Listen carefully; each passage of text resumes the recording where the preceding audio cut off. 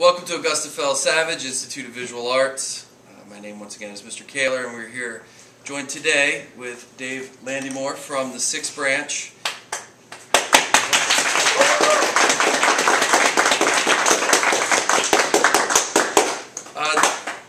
Dave, we've had interactions in the community before under different premises, but it is nice and we really welcome you here and we're glad you came in today. If we could just begin, if you could maybe talk to us a little bit about your personal background. I do know that you could talk about your education and service to our country. Sure. Well, I'm actually fairly new to Baltimore City. I grew up in the county in Anne Arundel County. Went to South River High School, graduated in 2001. Immediately following, I enlisted in the U.S. Marine Corps. Spent 10 years in, and just a few months ago finished my service there. I had the good fortune to be able to do an extensive amount of traveling in the military. I probably visited close to 20 different countries, met lots of different people, had lots of different experiences, and took a lot away from that. So since leaving the military, I guess to what Jason was referring to, I took an internship with the Maryland League of Conservation Voters, where my job was to coordinate interviews with city council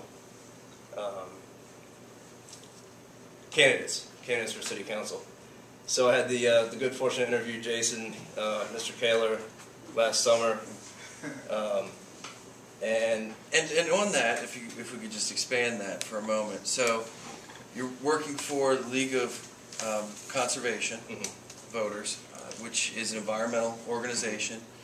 If you could explain that a little bit, but just I want to highlight one thing he just brought up, and that was running for office.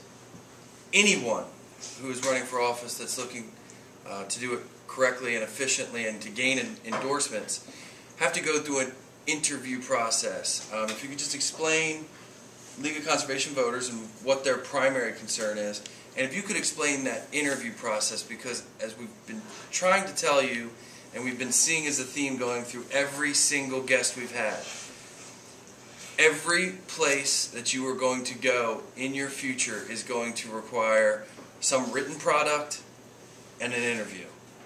And you're going to need to pass those in order to get where you want to get in the long run. I did interview. Did I gain that endorsement? You did not gain the endorsement, however you did gain my vote. Well, thank you. But did I win the election? No, you did not. No, I did not. So when you're not successful in your interviews, you're probably not going to get the job at the end of the day.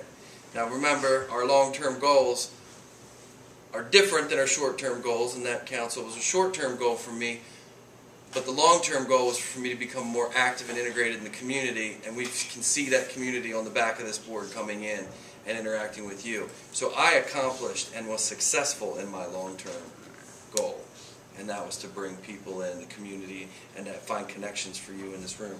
On that note, if I could interject, I just wanted to let you all know that I was very impressed with my interview with Mr. Kaler. We were kind of on the flip side of the table than we are today. But I hope you guys realize that you've got a teacher who's really passionate about Baltimore City and changing things and making the city a better place for everybody. So I hope you guys realize that. Just wanted to throw that out there.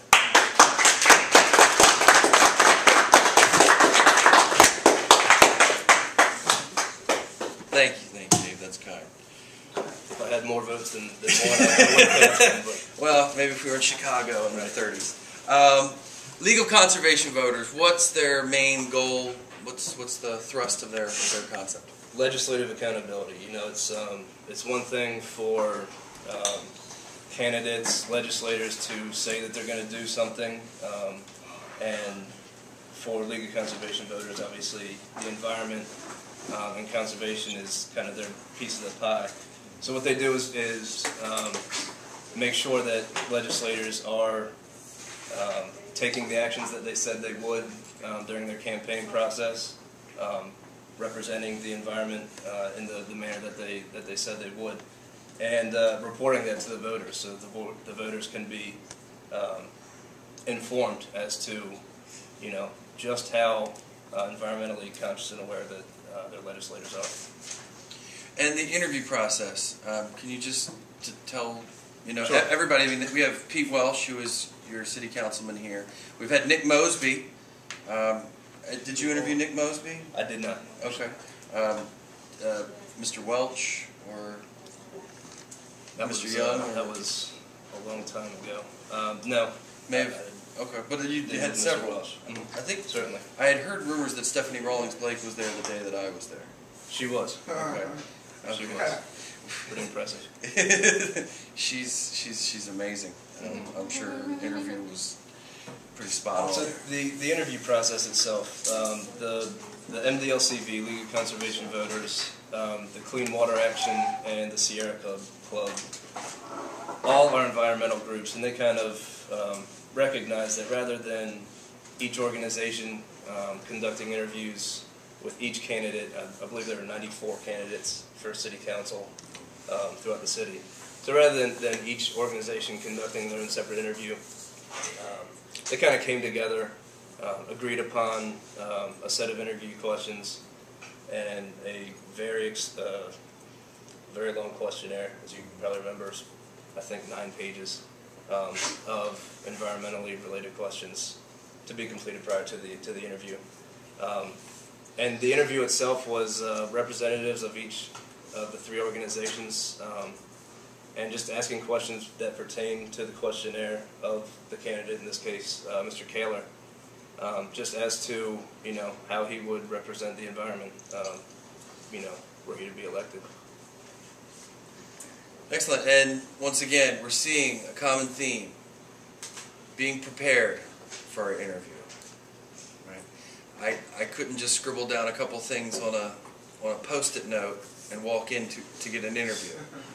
Right? When we talk about our resume, a resume cannot be made in 15 minutes. A resume should take, honestly, days. And what point, I'll ask anyone in the room, at what point is your resume finished? Never. That is the correct answer. Every week you should be doing something that is resume worthy. Make that a goal every week of your life. I'm going to do something that's so important and so special and so meaningful to my community and my personal life and professional life that it should be written down. I mean, that's tough. I mean, I don't think all of us could probably live up to it, but that's a good goal. That's a good goal to start with. If you do that, at the end of 2 years, you'll have a phenomenal resume. Speaking of a phenomenal resume, there are a lot of individuals in Baltimore and Maryland. I don't know the exact number. Mr. Landymore will be able to help us. Could you talk about what is the 6th branch? Sure. The 6th branch is a veteran-led nonprofit organization, 501c3, tax-exempt, utilizing the leadership and organizational skills. I'll go slow because it looks like you guys are taking this down. Utilizing the leadership and organizational skills of military veterans to execute aggressive community service initiatives at the local level.